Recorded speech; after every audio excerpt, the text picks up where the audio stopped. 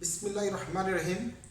প্রিয় শিক্ষার্থীবৃন্দু, বিগত ক্লাসে আমি তোমাদেরকে প্রেষণা কাহাকে বলে, মাসলোর চাহিদা সম্পন্ন তত্ত্ব সম্পর্কে একটু ধারণা দিয়েছি।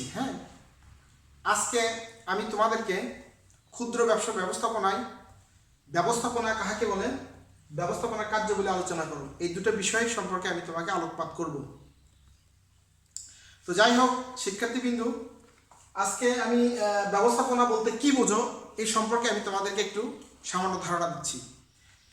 ইংরেজি ম্যানেজমেন্ট শব্দ হতে ব্যবস্থাপনার উৎপত্তি হয়েছে।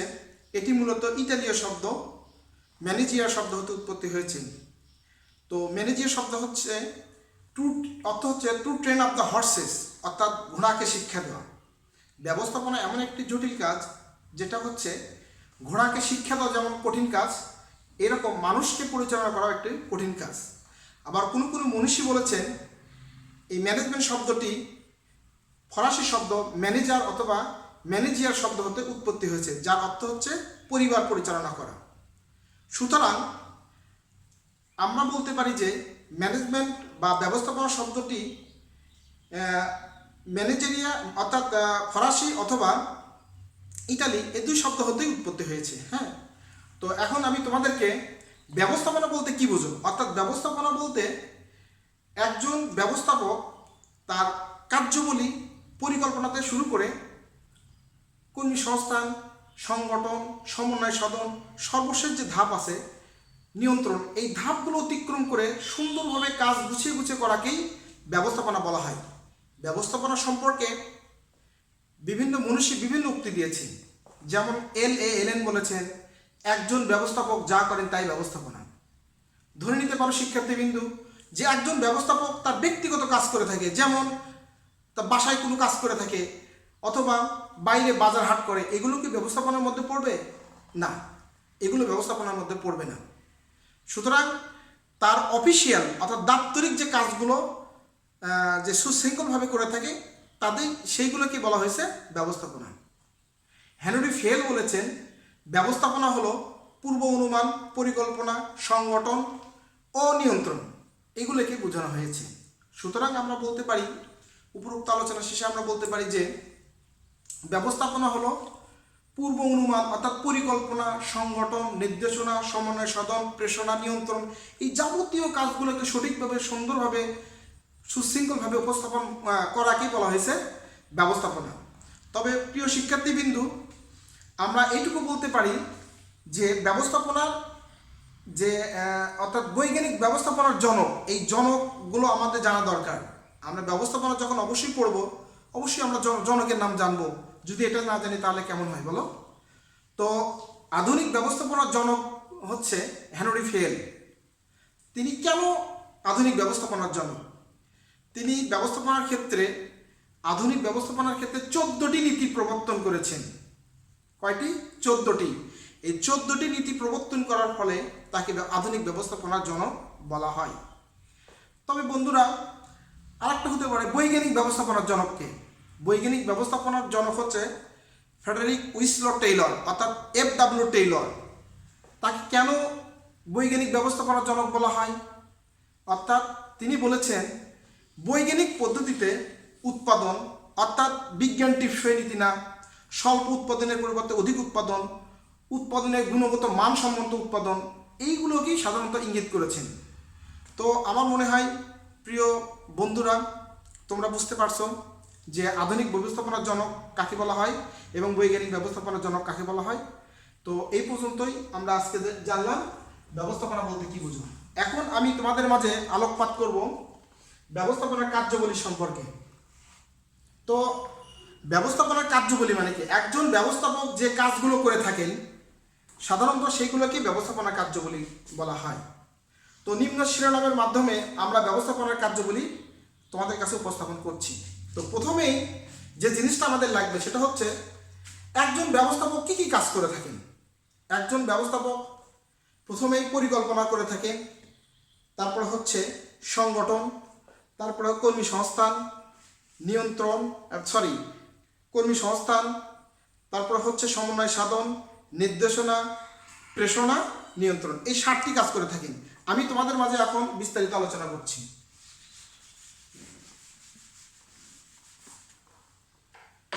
এক নম্বর পয়েন্ট হচ্ছে এই ব্যবস্থা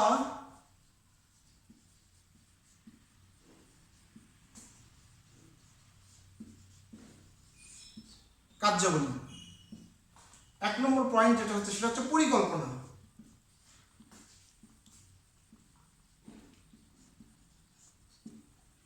তাহলে আসুন আমরা একটু দেখি যে পরিকল্পনা বলতে কি বুঝবো। পরিকল্পনা হচ্ছে ব্যবস্থাপনা যে কোনো কাজ করতে গেলে, যে কোনো প্রতিষ্ঠানের যে কোনো কাজ করতে গেলে প্রথমেই পরিকল্পনা লাগবে। যদি প্রথমেই আমরা যে পরিকল্পনা ভুল সিদ্ধান্ত মানে ভুল পরিকল্পনা গ্রহণ করি, তাহলে প্রতিষ্ঠানে কিন্তু মারাত্মক ক্ষতি হতে পারে। অর্থাৎ পরিকল্পনা যদি ভুল হয় তাহলে পরবর্তী যতগুলো কাজ করব সবগুলোই কিন্তু আমাদের ভুল হয়ে যাবে। তো সুতরাং পরিকল্পনা কিন্তু অত্যন্ত একটা গুরুত্বপূর্ণ একটা বিষয়। অর্থাৎ বিস্তারিত একটু বলি, সেটা হচ্ছে পরিকল্পনা হলো ভবিষ্যতে আমরা কি কাজ করব, কিভাবে করব, কার দ্বারা করব, এইগুলো সুসম্পন্ন করার যে অগ্রিম চিন্তা ভাবনা তাকে বলা হয় পরিকল্পনা। অর্থাৎ আমি এখান থেকে আমি ঢাকাতে যাব, তো আমি ধরো আগামীকাল ঢাকা যাব, আমি কিভাবে ঢাকায় যাব, আমাকে ঢাকায় যেতে চাইলে আমাকে প্রথম কি ধাপ পূরণ করতে হবে। প্রথমে এখান থেকে আমি যাব সাতমাথায়, টিকিট কাটবো, তারপরে যে আমি গাড়ির টিকিট কাটার পরে তারপরে আমি চলে যাবো ঢাকায়। তো এই পরিকল্পনাটা, অর্থাৎ আমি যে কাজটা করব সেটা আগের থেকে চিন্তা ভাবনা করে কাজটা করাই হচ্ছে পরিকল্পনা। প্রতিটা ব্যক্তি তার ইচ্ছাই হোক বা অনিচ্ছাই হোক, প্রতিটা ব্যক্তি কিন্তু তার পরিকল্পনা করে। একজন কৃষক যখন জমিতে ফসল ফলায়, সে কিন্তু দেখো সে কিন্তু আগেই পরিকল্পনা করে ফেলে, সে জানেই না যে আমি পরিকল্পনা করে ফেলেছি। যেমন আমি জমিতে ফসল ফলাবো, তার আগে আমাকে কি করতে হবে, আমাকে বীজতলা তৈরি করতে হবে, বীজ বপন করতে হবে। এই কাজগুলো অর্থাৎ পূর্ব প্রস্তুতি যেগুলো, সেইগুলোকে বলা হয়েছে পরিকল্পনা। আমার মনে হয় প্রিয় ছাত্রছাত্রীবৃন্দু, তোমরা অবশ্যই বুঝতে পারছো যে পরিকল্পনা বলতে কি বোঝো। ঠিক আছে, এখন আমি যদি তোমাদেরকে যে কথাটা বলবো সেটা হলো সংগঠন। 2 নম্বর হচ্ছে সংগঠন।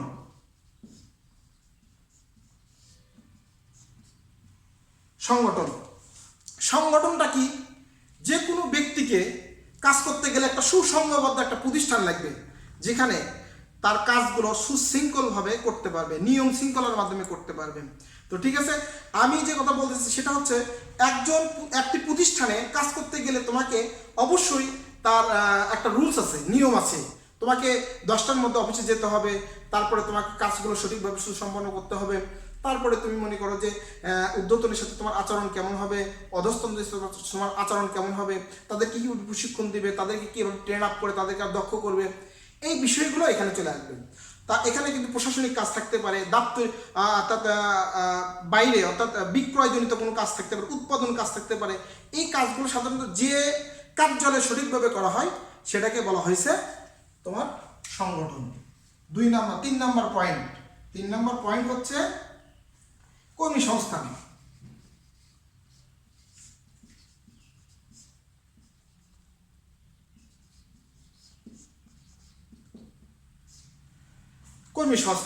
তবে ছাত্রছাত্রীবৃন্দু তোমরা ভালো করে জানো, কোনো কাজ করতে গেলে কিন্তু কর্মী লাগবেই। অর্থাৎ আমি যদি আমার প্রতিষ্ঠানে যদি 10টা কম্পিউটার থাকে, 10টা কম্পিউটার আরও 10 জন লোকের কাজ কিন্তু কি করে কমায় ফেলে, তারপরেও একটা কম্পিউটারকে পরিচালনা করতে গেলে কিন্তু শ্রমিক লাগবেই। এখানে শ্রমিক ছাড়া কখনোই একটা প্রতিষ্ঠানের অস্তিত্ব কল্পনাও করা যায় না। কারণ প্রতিষ্ঠান পরিচালনা করতে গেলে অবশ্যই শ্রমিক লাগবে, একজন ব্যবস্থাপক লাগবে, তার কিছু কর্মচারী লাগবে। তো এই যে সংস্থান, এটাকে বলা হয়েছে কর্মী সংস্থান। তো অবশ্যই মনে রাখবে যে একটা প্রতিষ্ঠান পরিচালনা করতে গেলে তাদেরকে অবশ্যই কর্মী লাগবে। কর্মী ছাড়া সে প্রতিষ্ঠান চলতে পারে না। তাদেরকে চালানোর জন্য একজন ঊর্ধ্বতন লাগবে, ঊর্ধ্বতন তাদেরকে কমান্ড দেবে, সে কমান্ডগুলো তারা ঠিকঠাকভাবে ফলো করবে, অনুসরণ করবে, কোনো কাজ ঠিকঠাকভাবে হচ্ছে কিনা সেটা তদারকি করবে। এটাই মূলত এখানে বলা হয়েছে কর্মী সংস্থান। তো প্রথমে গেল তোমার পরিকল্পনা, সংগঠন, কর্মী সংস্থান। 4 নম্বর যেটা আছে সেটা হচ্ছে নির্দেশনা।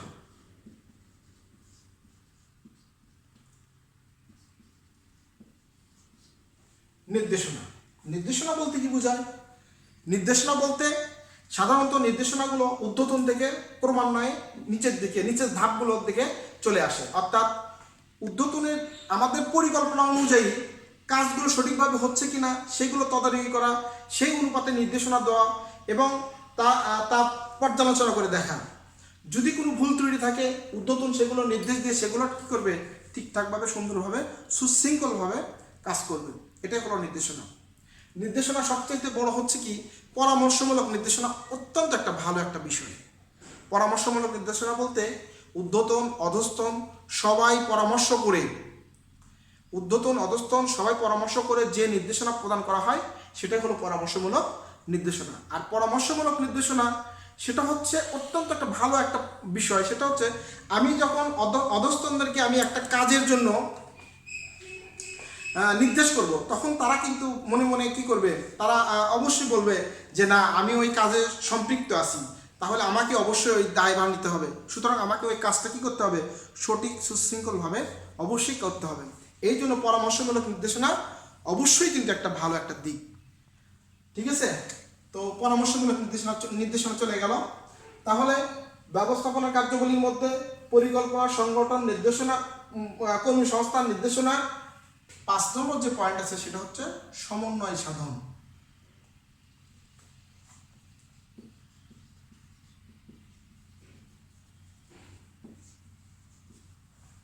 সমন্বয় সাধনটা কি? একটা প্রতিষ্ঠানে অনেক কর্মচারী থাকতে পারে, তাহলে প্রতিষ্ঠানে কর্মীদের মধ্যে সমন্বয় সাধন হতে পারে।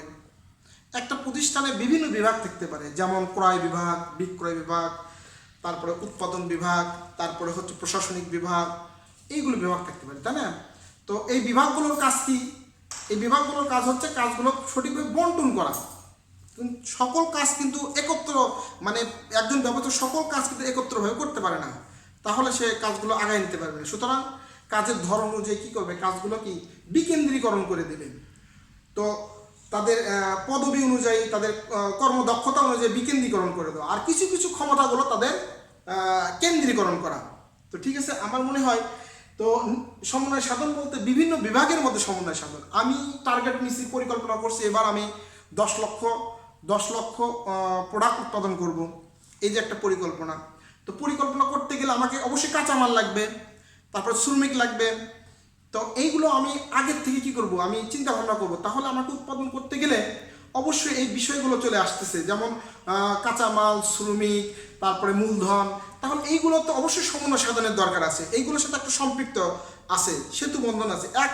এক বিভাগ থেকে আরেক বিভাগের সাথে কমিউনিকেট করতে হবে, কমিউনিকেট করে তোমাকে সিদ্ধান্ত নিয়ে তোমাকে সমন্বয় সাধন করে তারপরে কি করতে হবে, উৎপাদনের দিকে আগাইতে হবে।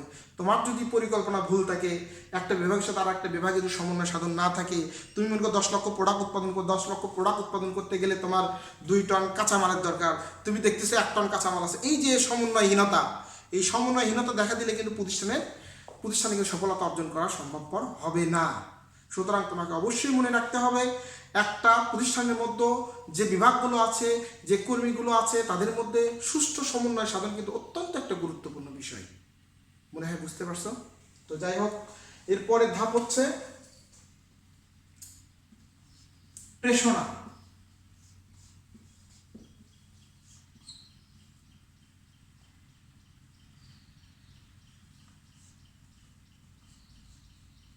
প্রেষণা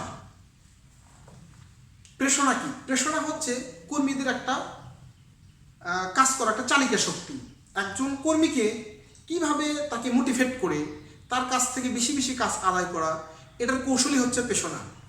তো আমি কর্মীকে কিভাবে পেষিত করতে পারবো? একটা কর্মীকে আমি আর্থিক অনার্থিকভাবে পেষিত করতে পারবো।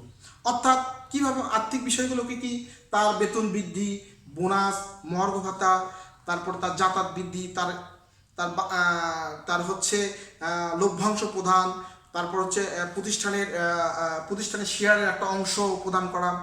এইভাবে কর্মীদেরকে কী করা যায়, কর্মীদেরকে পেষিত করা যায়। আবার অনেক ব্যক্তি আছে, তারা মনে করে যে না, আমার টাকা পয়সা দরকার না, আমার পদবীর দরকার, আমার খ্যাতির দরকার। তো সেক্ষেত্রে আমি তাদের কী করব, কাজের স্বীকৃতি দিব, কাজের পরিবেশ সৃষ্টি করে দিব, তারপরে যে চাকরির স্থায়িত্ব একটা বিষয় আছে সেটা নিরাপত্তা দিব। এইগুলো দিয়ে তাদেরকে কী করা হয়, পেষিত করা হয়। তো সুতরাং আমরা পেষণা সম্পর্কে আমার মনে হয় বিগত ক্লাসে তোমরা পরিষ্কার বুঝতে পারছো পেষণাটা কী। তো আজকে মনে হয় যে এখানে আর বেশি বলার অপেক্ষা রাখি না।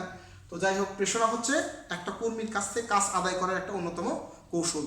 সে কর্মী কিভাবে কাজ করবে, তার কাছ থেকে কীভাবে মানে বেশি বেশি কাজ আদায় করা যাবে, এটার একটা কৌশলই হচ্ছে প্রেষণা।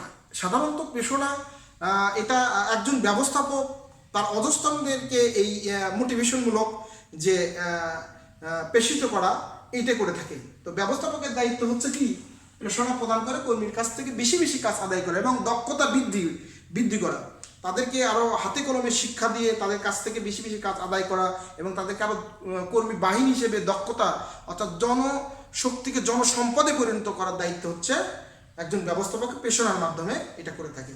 তো ঠিক আছে প্রিয় ছাত্রছাত্রীবৃন্দ, আজকের আলোচনার সর্বশেষ যে ধাপ সেটা হচ্ছে নিয়ন্ত্রণ।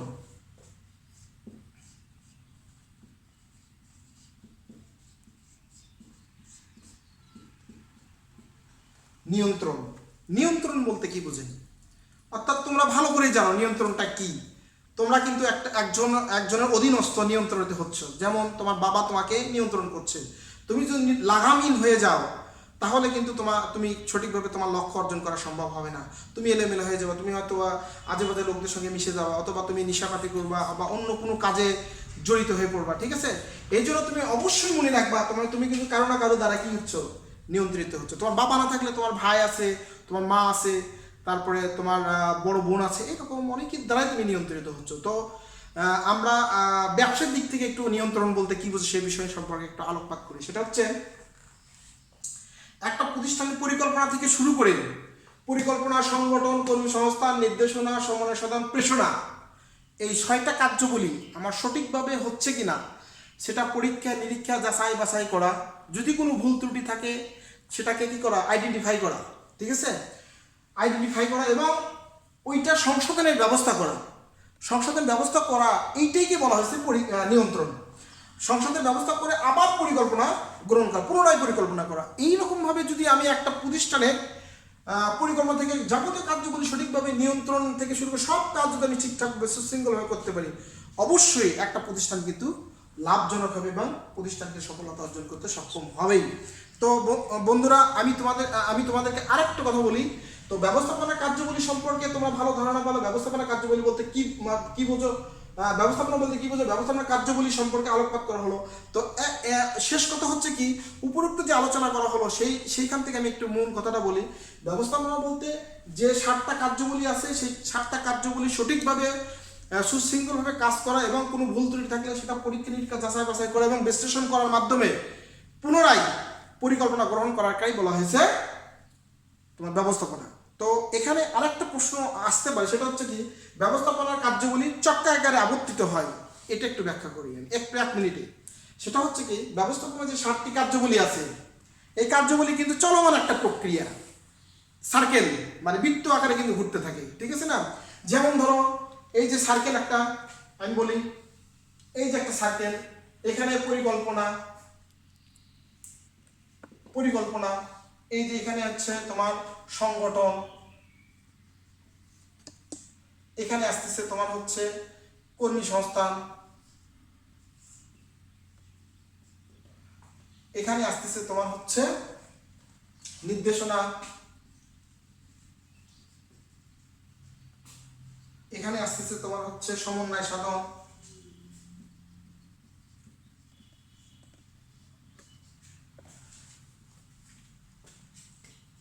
এখানে আসতেছে তোমার হচ্ছে প্রেষণা,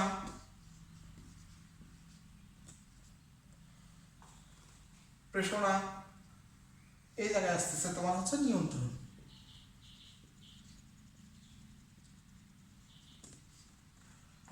তো এই যে চক্রাকারে আবর্তিত হয়, অর্থাৎ পরিকল্পনা থেকে শুরু করে সংগঠন থেকে কর্মী সংস্থান থেকে নির্দেশনা থেকে সমন্বয় সাধন, তারপরে প্রেষণা, তারপর হচ্ছে নিয়ন্ত্রণ। এটা কিন্তু এই যে কার্যগুলি যেগুলো হচ্ছে উপর থেকে শুরু করে পরিকল্পনা শুরু করে যতগুলো কাজ আমরা করে আসছি, এখানে আসে কিন্তু যাচাই বাছাই হবে তোমার কাজে ভুল ত্রুটি আছে কিনা। ঠিক আছে, এই ভুল ত্রুটি আছে কিনা, যদি ভুল ত্রুটি থাকে তাহলে এখানে কি হবে, যাচাই বাছাই হবে, পরীক্ষা নিরীক্ষা হবে। যদি কোনো ভুল ত্রুটি থাকে সেটা সমাধান হবে, সমাধান করে পুনরায় পরিকল্পনা গ্রহণ করা। তাহলে কি হবে, প্রতিষ্ঠানে কিন্তু আর ইয়ে হবে না, মানে কোনো ভুল ত্রুটি থাকলো না, কোনো বিচ্যুতি থাকলো না, সেটা সংশোধন হয়ে গেল। আবার যখন পরিকল্পনা গ্রহণ করে, সেই পরিকল্পনা স্বচ্ছ এবং নিরপেক্ষ পরিকল্পনা হবে। তো আজকে আর বেশি না, আমি আজকে এখানেই শেষ দিচ্ছি। আর আমি আমার পরিচয় দিচ্ছি, আমি প্রভাষক Mohammad Abdul Hannan, Koichar technical and BM college, Bogura Sadar, Bogura. আমার বিষয় হচ্ছে আমি উদ্যোক্তা উন্নয়নের প্রভাষক। তো ভালো থাকো সবাই, সুস্থ থাকো, আর স্বাস্থ্যবিধি মেনে চলাফেরা করবেন, এই আর কি। আসসালামু আলাইকুম।